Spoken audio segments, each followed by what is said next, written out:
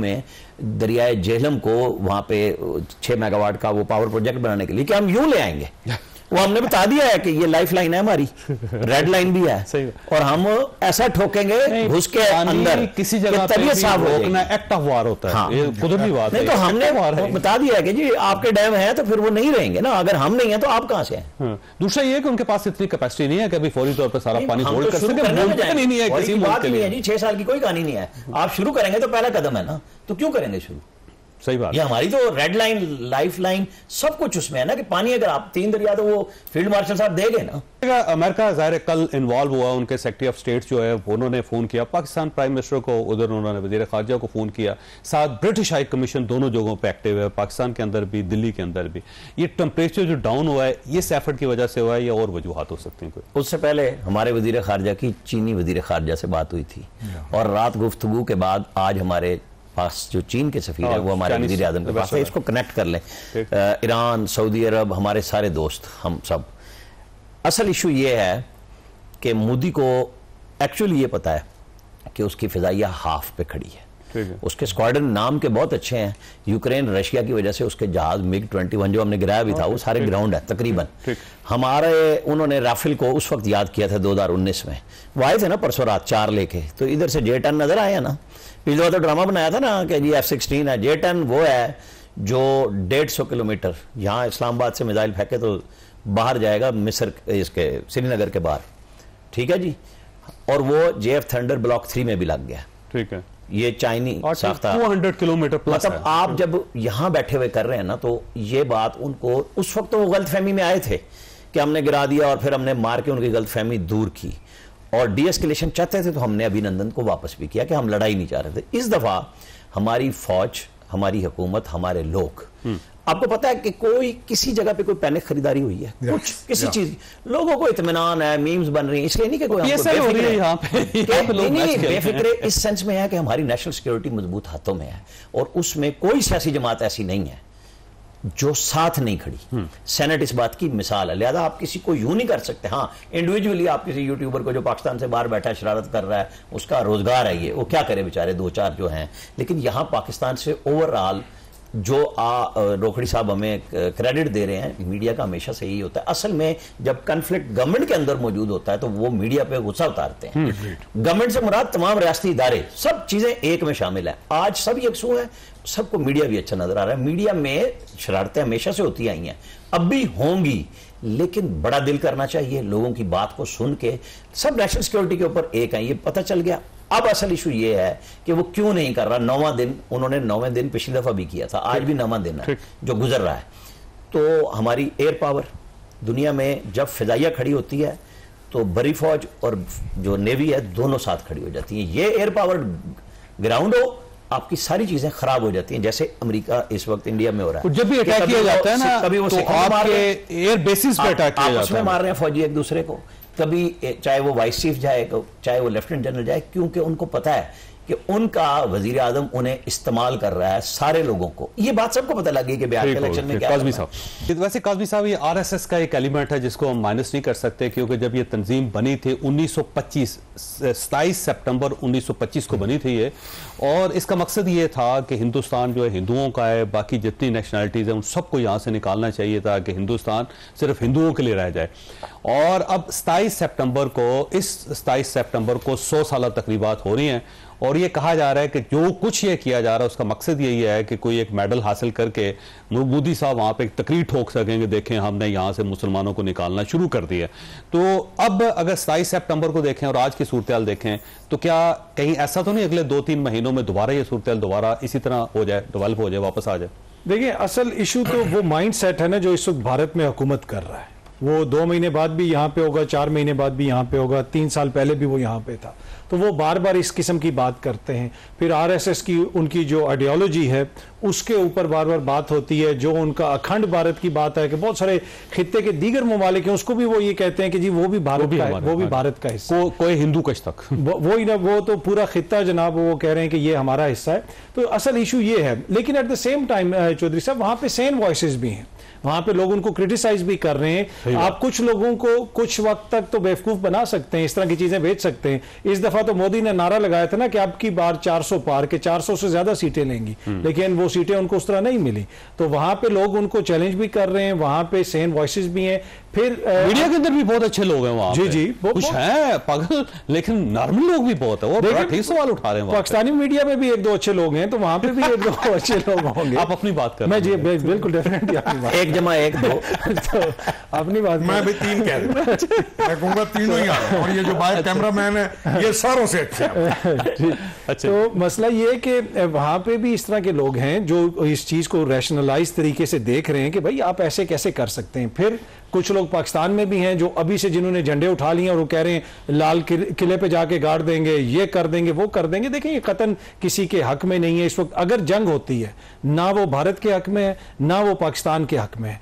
आजकल का दौर इकोनॉमी का दौर है, हमने उनके साथ ट्रेड करना है, जंग नहीं करनी, हालात को बेहतर करना है, लेकिन इसका दारोमदार उनके रवैये पे है। हमने तो काफी हद तक रिस्ट्रेंट शो की है।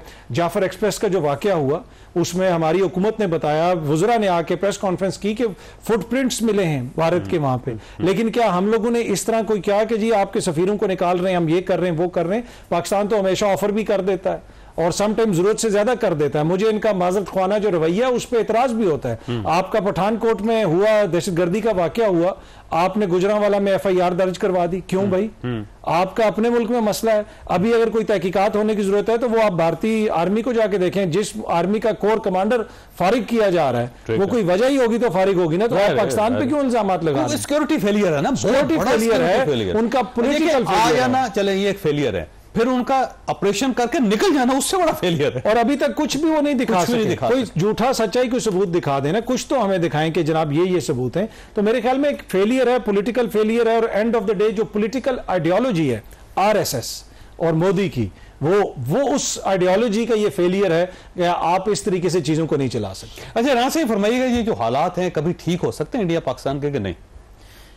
देखें, हालात तो ठीक हो रहे थे ना जब इंडियन वजीर आजम आए थे वाघा बॉर्डर से। उस वक्त अब प्राइम मिनिस्टर को तो बताया नहीं था, वो तो बात पता चल गई ना सारी के। जनरल मुशर्रफ साहब तो वहां पहुंचे हुए थे कारगिल में, फिर बचा के भी नवाज शरीफ ही लेके आया। 1997 की बात कर रहे हैं। हाँ, मतलब ये मैं वहां से स्टार्ट कर रहा हूं ना कि किस वक्त कैसे ठीक करने हैं। ये लड़ाई जो शुरू हुई है, अल्लाह करे कि ना हो, तो मेरा ख्याल है एक ब्लेसिंग एंड डिस्गाइज हो सकती है इसके अंदर कि आप फायदा ले लें। आपको याद होगा कि जब निक्सन को रशियन सेक्रेटरी जनरल ने फोन किया कि चाइनीज आ गए हमारे पास और हमें एटम बम चाहिए, तो उन्होंने सैटेलाइट से चेक कराया नासा से, तो उन्होंने कहा वहां तो बर्फ पड़ी हुई है, कुछ भी नहीं है। तो हेनरी किसिंजर साहब इधर आ गए और इस्लामाबाद से चाइना चले गए और एक और हुआ। तो ये जो अब अमेरिका का शिफ्ट है ना, इसको शिफ्ट कहें कि हमारे हिसाब से वो चाइना के लिए थानेदारी दी गई है उसे कि इंडिया से काम लिया जाए और चाइना को। तो एक मौका है ये हमारी इस वक्त, जैसे नेशनल सिक्योरिटी एडवाइजर DGISI को लगाया गया, उस साइड से के साबिक चीफ को लगाया गया। मेरे ख्याल में जब कभी कोई बुराई हो तो उसमें से अच्छाई का जो पहलू निकलता है, जो आपका सवाल है। हम तो ये चाहेंगे कि अमन हो, लेकिन कोई बातचीत करके। और जैसे शाहिद खाकान अब्बासी ने भी इंकशाफ किया कि लांडी जेल में नवाज शरीफ से मैंने पूछा कि ये वाजपेयी साहब क्या करने आए थे और क्या कह के गए थे, तो उन्होंने कहा मुझे लॉन में कहा था उन्होंने कि मैं आपको इस साल के एंड तक एक ऐसा हल दूंगा कि जो कश्मीर के हवाले से और बाकी सब में ना हमारा तनाज़ा खत्म हो जाएगा। दुनिया ऐसे ही बढ़ती आगे। अब अगर आज हम सब एक हैं, ठीक हो रहा है, तो कोई रास्ता ना बनने की कोई वजह नहीं है। उनका जो रवैया है वो हमारी अल्हम्दुलिल्लाह नेशनल सिक्योरिटी महफूज हाथों में है, हमारे लोग ठीक हैं, तो ये बात ठीक है। इसी से रास्ता बनता है। और सेंस अगर हम ये दे रहे हैं, ये मीडिया दे रहा है जो लड़ाई करने के लिए दूसरी तरफ बैठा हुआ है। आपको पता है वो कल पहुंचे हुए थे मकबूजा कश्मीर की उन टनल्स पे जो 1902 में दरियाए जेहलम को वहां पे 6 मेगावाट का वो पावर प्रोजेक्ट बनाने के लिए कि हम यूं ले आएंगे। वो हमने बता दिया है कि ये लाइफ लाइन है हमारी, रेड लाइन भी है, सही। और हम ऐसा ठोकेंगे घुस के अंदर किसी जगह पे तबीयत साफ हो रोकना एक्ट ऑफ वार होता है। हाँ। ये कुदरती बात है। नहीं तो हमने वार है। बता दिया है कि जी आपके डैम है तो फिर वो नहीं रहेंगे ना, अगर हम नहीं है तो आप कहां से हैं? हाँ। दूसरा ये कि उनके पास इतनी कैपेसिटी नहीं है कि अभी फौरी तौर पर सारा पानी हम होल्ड तो कर शुरू सके। करने में मुमकिन ही नहीं है और किसी की मुल्क बात के नहीं है लिए। जी, 6 साल की कोई कहानी नहीं है। आप शुरू करेंगे तो पहला कदम है ना, तो क्यों करेंगे शुरू? सही बात। ये हमारी तो रेड लाइन, लाइफ लाइन सब कुछ उसमें है ना, कि पानी अगर आप 3 दरिया तो वो फील्ड मार्शल साहब देंगे ना, जिनके पोते आजकल बहुत उछल के बात कर रहे होते हैं, हमारे सतलुज ब्यास सारे के सारे रावी फारिग हो गए, वगदा रावी पता नहीं गानों में ही रह गया, कहीं रह गया।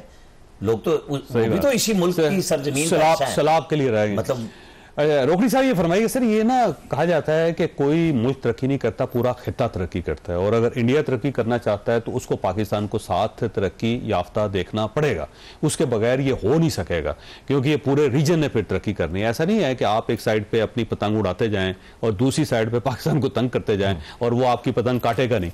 तो ये जो सूरत हाल है अल्टीमेटली एक पीस की तरफ जाएगी, तो कब तक जाएगी? वैसे देखिए, आपने एक कहा कि 19 कितने में इन्होंने आगाज किया?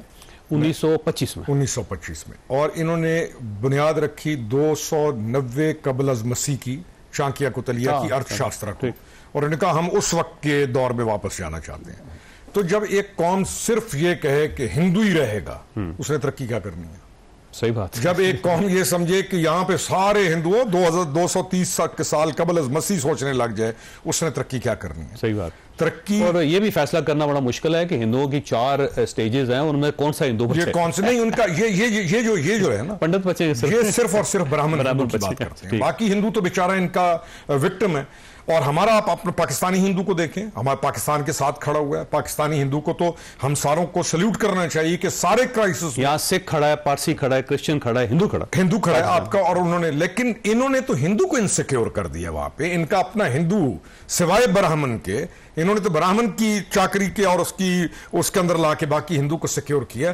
तरक्की, ये इनको हमें जो है ना, वो एक लफ्ज इस्तेमाल किया था प्राइम मिनिस्टर में, डांग को फेरना जो है, तो कई दफा आपको डांग फेरनी पड़ती है और आपको ऐसे स्टैंड्स लेने पड़ते हैं जो आपने बहुत बरवक्त लिए हैं, और आपकी अफवाज उनकी अफवाज पर सुपीरियरिटी रखती हैं, आपकी एयरफोर्स सुपीरियरिटी रखती है। हम तरक्की चाहते हैं भाई, हम तो बलूचिस्तान के अंदर अपने काम करना चाहते हैं। तुम वहां पर बीएलए को फंडिंग कर रहे हो और प्लान बना के दे रहे हो, और टीटीपी को दे रहे हो तुम उनसे तुम्हारा बाबा बनारस का एक अकाउंट इस इवेंट को भी कवर करता है जो हुआ है, ये भी तुमने किया, क्योंकि बाबा बनारस में उसी तर्ज पे मियावाली के अंदर भी वो उसी को कवर करता है, उसी तर्ज के ऊपर डिफरेंट को करता है। तो तुम्हारे तो अपने इंटेलिजेंस के अकाउंट से साबित कर रहे हैं कि तुमने अपने बंदे मारे हैं। तो तरक्की हम करना चाहते हैं, लेकिन इस तरह के इंसेन आदमी को जो कि हवास बाख्ता हो, इंडिया को भी इससे जान छुड़ानी होगी। एंड आई थिंक इंडिया का जो लिबरल या लेफ्टिस्ट हिंदू है और रेस्ट ऑफ द कौमें, वैसे इसने अपने साथ जो कुछ कर रहा था कर दिया। ये इतना सियाना ये नहीं था, इसको बनाया हुआ था। आप देखेंगे मिलना उसने आपको होगा तो कैमरे को हाथ मिला देगा, तो इस तरह की हरकतें तो इसकी चल रही थी। लेकिन अमेरिका की तरफ से जो इसको ठंड प्रोग्राम हुआ है, उसके बाद ये मेरे ख्याल, मैंने ब्रेक लेनी है। वैसे रोकड़ी साहब, आपके पास ये सवाल छोड़ के जा रहा हूं कि इस पूरे खित्ते में जो कल एक डेवलपमेंट हुई है वो बड़ी सिग्निफिकेंस है, और वो डेवलपमेंट ये हुई है कि वहाँ पे जो नेशनल सिक्योरिटी बोर्ड है उसका चेयरमैन रॉ का साबिक चीफ लगाया गया है, और वो चीफ है जैसे इंडिया के बिहाफ पे पाकिस्तान में, बांग्लादेश में, श्रीलंका में बहुत सारे ऑपरेशंस किए हैं। यानी आप समझेंगे जो नुकसान पाकिस्तान को पहुंचाना है जिन लोगों ने, उनमें से उसका नाम भी है। और साथ इस साइड पे DGISI जो है उनको नेशनल सिक्योरिटी एडवाइजर बनाया गया। तो इसका एक ये पॉजिटिव चीज भी है कि दोनों एजेंसीज मिल के मामलात को सेटल कर सकती हैं। छोटी सी ब्रेक और ब्रेक के बाद दोबारा जरूरत है।